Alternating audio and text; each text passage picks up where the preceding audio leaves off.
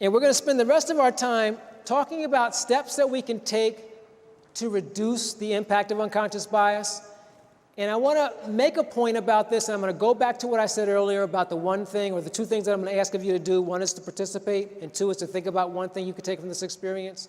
I want to amplify that a little bit, because the reality is that I'm going to talk about 5 things. They're all very useful. They can all be very, very powerful. I'm going to give you some examples of steps we can take to address some of those different types of bias. But the fact of the matter is, I'm not suggesting you need to go out there and do all these things tomorrow. I'm really not.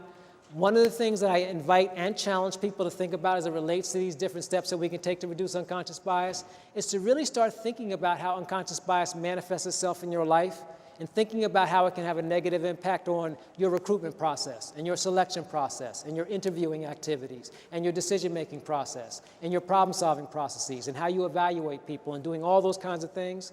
And then think about that one step that you can take. So I'm going to walk through a number of things, but I'm only going to invite and challenge you to focus on what might be that first step for you and those in your organization that could be of value.